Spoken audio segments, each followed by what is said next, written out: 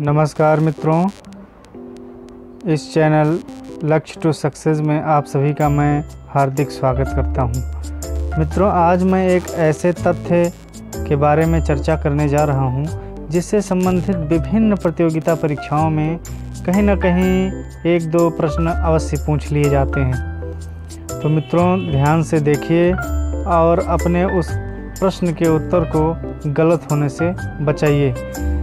मित्रों, मौर्यकालीन उच्चाधिकारियों के बारे में प्रश्न पूछ लेता है कि मंत्री का नाम दे देता है, फिर पूछ लेता है संबंधित विभाग कौन सा है। उन्हीं मंत्रियों को जो है तीर्थ भी कहा जाता था उस समय। तो आज हम जितने मंत्री हैं उन सभी के संबंधित विभागों की चर्चा इस वीडियो में करने वाले हैं। जो तीर्थ होते थे उनकी संख्या 18 बताई गई है हमारे पुराणों में। यहाँ तक कि अर्थशास्त्र में भी 18 तीर्थों का उल्लेख किया गया है, जिसमें पहले नंबर पर मंत्री हुआ करते थे जिन्हें प्रधानमंत्री कहा जाता था। दूसरे पे पुरोहित जो राजा का प्रधान सलाहकार या समझ लें गुरु जिसे कहा जाता था। तीसरा सेनापति जो युद्ध विभाग का मंत्री हुआ करता था। चौथा युवराज जो राजा का सबसे योग्य पुत्र होता था, जिसे राजा अपना उत्तराधिकारी नियुक्त करता था, उसे युवराज कहा जाता था। अगला समाहर्ता होता था। समाहर्ता मतलब समान रूप से आहरण करने वाला, यानी राजस्व विभाग का प्रधान था, जिसे वित्त मंत्री आज के परिप्रेक्ष्य में हम कह सकते हैं। अगला सन्निधाता होता था, ये राजकीय कोष का अध्यक्ष होता था। अगला प्रदेष्टा, ये फौजदारी न्यायालय का न्यायाधीश होता था।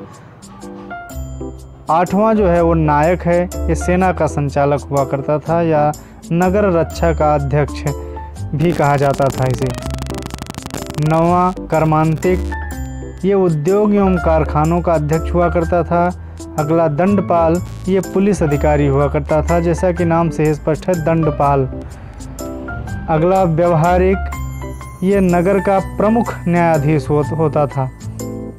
अगला था नागरक, जिसे पौर भी कहा जाता था।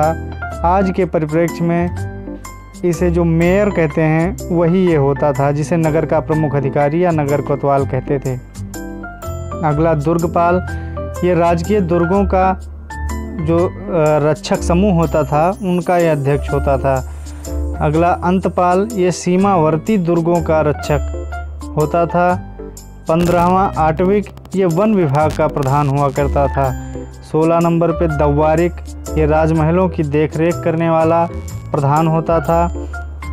17 नंबर पे आंतरवासिक, ये जैसा नाम से ही स्पष्ट है आंतरवासिक यानी अंतःपुर का अध्यक्ष होता था। और 18वां मंत्री परिषदा अध्यक्ष, ये परिषद का अध्यक्ष होता था। इनके अतिरिक्त अन्य 26 अध्यक्षों का उल्लेख किया गया है, जिनमें जो प्रमुख अध्यक्ष हैं जिनसे संबंधित प्रश्न बनता है उनके नाम और उनसे संबंधित जो है विभाग वो इस तरह हैं। लक्षणाध्यक्ष, ये मुद्रा एवं टकसाल का अध्यक्ष होता था, सिक्के का जो है सिक्कों को जारी करता था। अगला पौतवाध्यक्ष, ये मापतौल का अध्यक्ष होता था। शुल्काध्यक्ष, ये राजकीय धन जुर्माना इत्यादि कार्यों का अध्यक्ष होता था। सीता अध्यक्ष, ये बहुत महत्वपूर्ण है। सीता अध्यक्ष, ये राजकीय कृषि विभाग का अध्यक्ष होता था, क्योंकि सीता अध्यक्ष से संबंधित प्रश्न अक्सर पूछे ही जाते हैं। आकाराध्यक्ष, आकार मतलब होता है, आकर मतलब होता है खान, जिसका अध्यक्ष यानी खानों का अध्यक्ष। विविता अध्यक्ष, ये चारागाहों का अध्यक्ष होता था। पणयाध्यक्ष, ये व्यापार और वाणिज्य का अध्यक्ष होता था। नवाध्यक्ष, ये नौसेनाओं का अध्यक्ष होता था। सूना अध्यक्ष, ये बूचड़ खानों का अध्यक्ष होता था। संस्था अध्यक्ष, ये व्यापारिक मार्गों का अध्यक्ष होता था। गणिका अध्यक्ष, गणिका का मतलब ही वैश्या होता है, इससे यह स्पष्ट है कि वैश्याओं का निरीक्षक रहा होगा। अगला है लवणाध्यक्ष, यह नमक का अधिकारी होता था।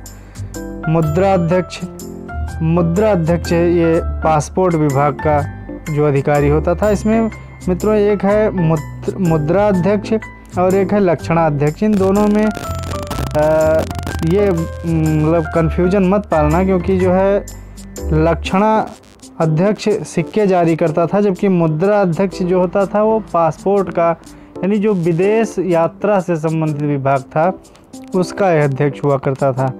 अगला महामात्रापसरण, ये गुप्तचर और खुफिया पुलिस या सूचना विभाग का अध्यक्ष होता था।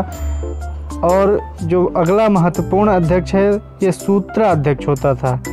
ये रुई कातने, कपड़ा बुनने इत्यादि उद्योगों का संचालन करने का जो अध्यक्ष होता था। ऐसे ही रोचक वीडियो देखने के लिए हमारे साथ बने रहिए और इस चैनल को सब्सक्राइब कीजिए। धन्यवाद।